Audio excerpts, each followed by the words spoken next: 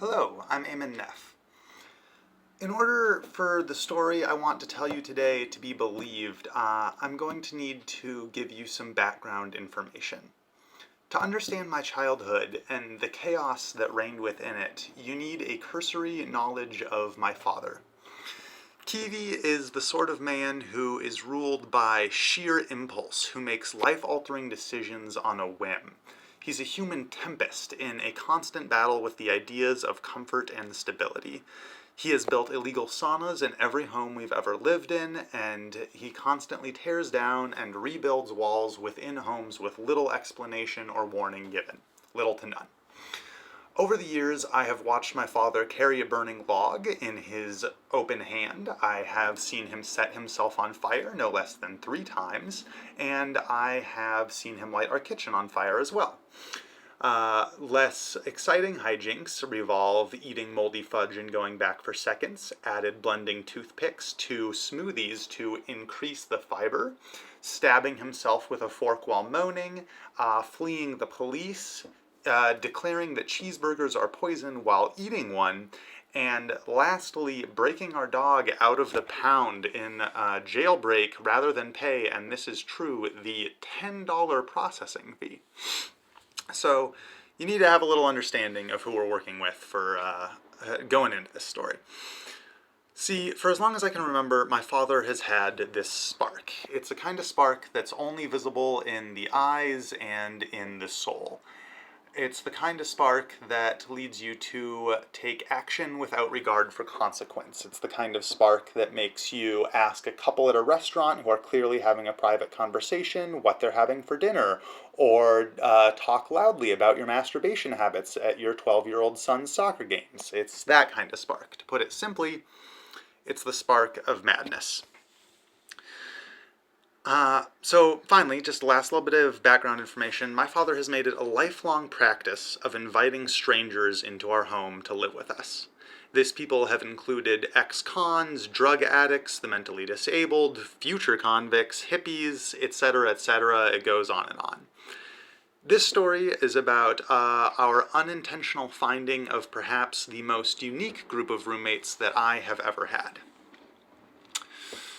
When I was 13, my father burst into my room unannounced, and he told me we were going to go see a Maasai warrior troupe doing a traditional cultural dance. Or, as he phrased it, "Get up, son, we're gonna go watch some African guys jump around." To his credit, my father was right. These guys could frickin' jump. We are talking about 4-foot verticals with nothing more than a slight bend in the knee. After the performance, I went to look at the merchandise table and to try to talk with the performers a little bit. There were 7 of them.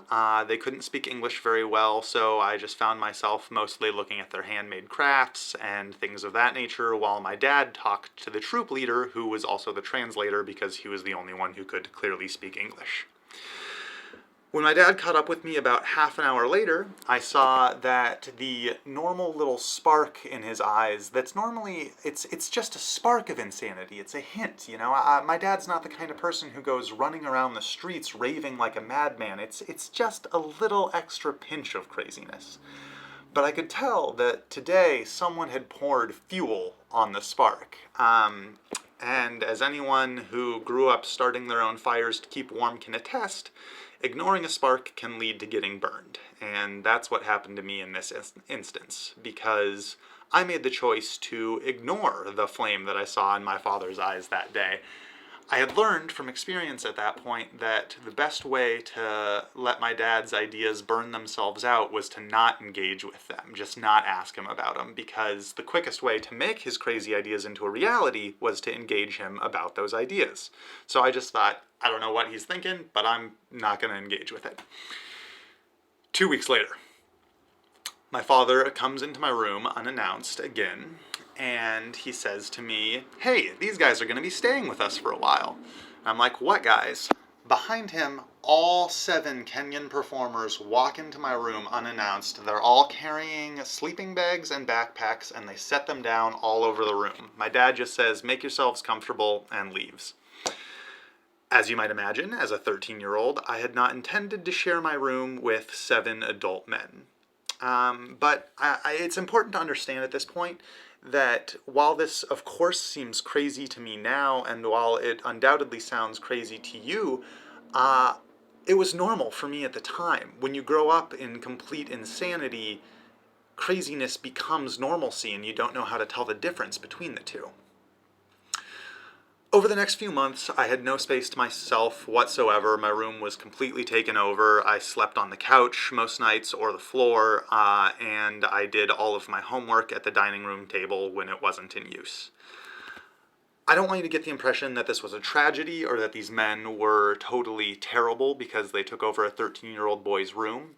They needed somewhere to stay as badly as anyone else needs somewhere to stay. So I'm not mad at my father for giving them a place to stay, although, of course, it would have been nice to have been considered in that.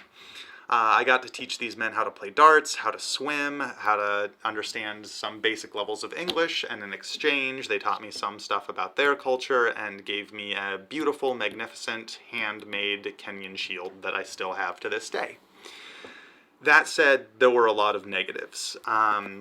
These guys' job was to perform at schools and things of that nature, and they were good at it. They'd go out and perform while I was at school, and when they came back, they would celebrate by drinking large bottles of liquor in my room, which I would have to clean up after the weekend.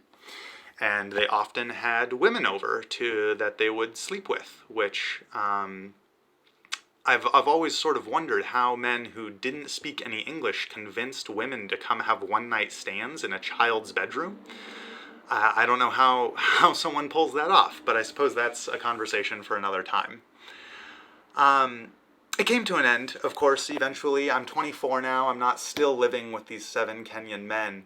But I gotta say that I never would have imagined that as a result of going to see a cultural tradition, I would end up having to wash the sex out of my dinosaur-themed twin bed sheets before I was old enough to have my first kiss. I'm Eamonn Neff. Thank you for listening.